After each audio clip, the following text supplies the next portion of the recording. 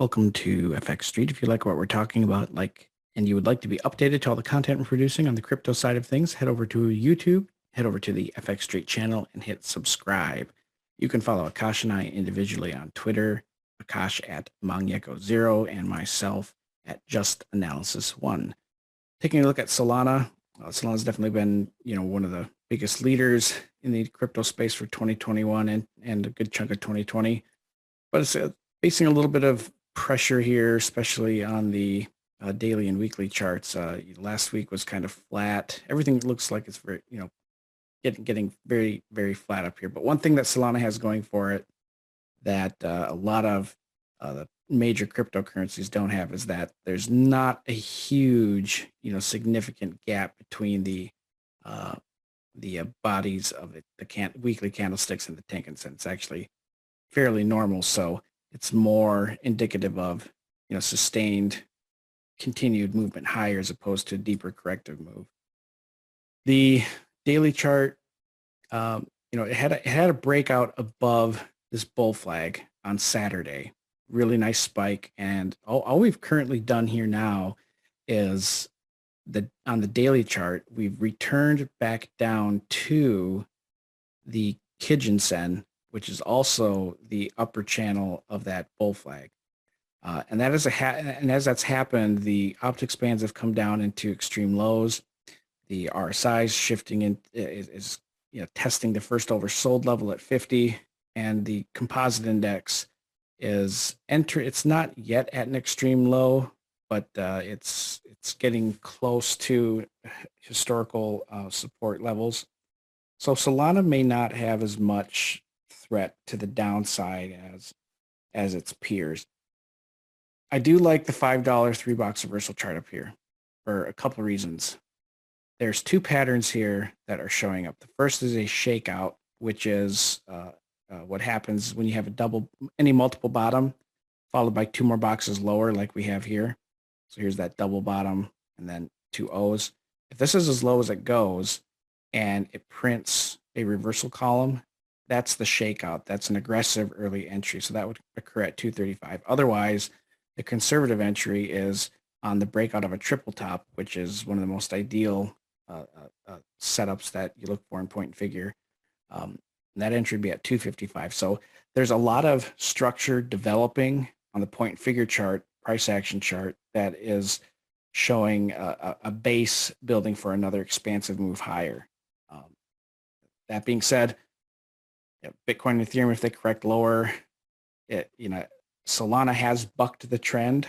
It has diverged from Bitcoin and Ethereum before. So if there's any cryptocurrency that may continue to do that, it is Solana, but we'll just have to watch and see.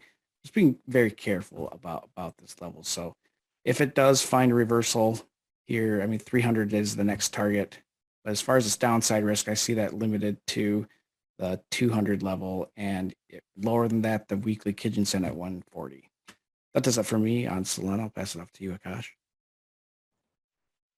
Thank you. I am going to get a lot of hate for saying this or for explaining my view, but let me just start from a low time frame, which is the 4-hour time frame. Unlike a lot of altcoins, which are seeing an ascending parallel channel, Solana seems to be in this downward sloping descending channel, right? And things are kind of looking pretty good for it if you look at this channel from a higher time frame. And let me just take this off for now. This looks like a good bull flag, and like John mentioned, right, it is poised to go higher, and right now there's a lot of base that's being formed, right? But I do want to talk about it from a lower time frame, which is if Bitcoin does go down, right, then I'm expecting it to come down here to this demand zones. Let's call it a support for now, right? So the 206 support level is what I'm expecting, where I'm expecting Sol to consolidate. And Sol has been typically not resistant, but I don't know what to call it. But if a lot of altcoins, it has a lot of strength, right? Any downswings are capped, or maybe there's a lot of cushion, there's a lot of buying pressure for Sol, and so you don't see massive downswings as you see in as you normally see on altcoins. So this is where Sol could probably reverse. Like there's a high chance it does that, and that is expecting that Bitcoin probably, even if Bitcoin goes under 53K, right? This is what I'm expecting. And in the worst case scenario, I'm expecting it to reverse around 186 to 197 demand zone here, and that aligns perfectly well with this the midpoint of this trading range here, which ranges from 115 to 260. So this is like a very good case scenario. But if you do look at this particular rectangle here, ranging from 155 to 170, that's where there is an FVG, a fair value gap. And in an extremely bearish case, let me stress this again, let me repeat that, extremely bearish case, I really wouldn't mind buying this all at 158. Right? I'm pretty sure nobody would. So this would be a really good buy opportunity for Sol. And like I mentioned, it's an obscure scenario. And the reason why I'm liking the scenario is because if you look at this trend, Sol hasn't really seen like a massive downtrend, and only after this particular downswing that we saw here, Sol broke out of this original, the previous peak here. So a retracement to either 62 fib here at 170, the 7.5 fib at 158 is what you see on a lot of upswings, right? Any swing that moves higher probably comes down, retraces to this 70.5 fib. So that's what I'm expecting. And I really wouldn't mind 150, buying solid 158, right? It would be a really good snatch. So yeah, from a short-term perspective, I am looking at 206.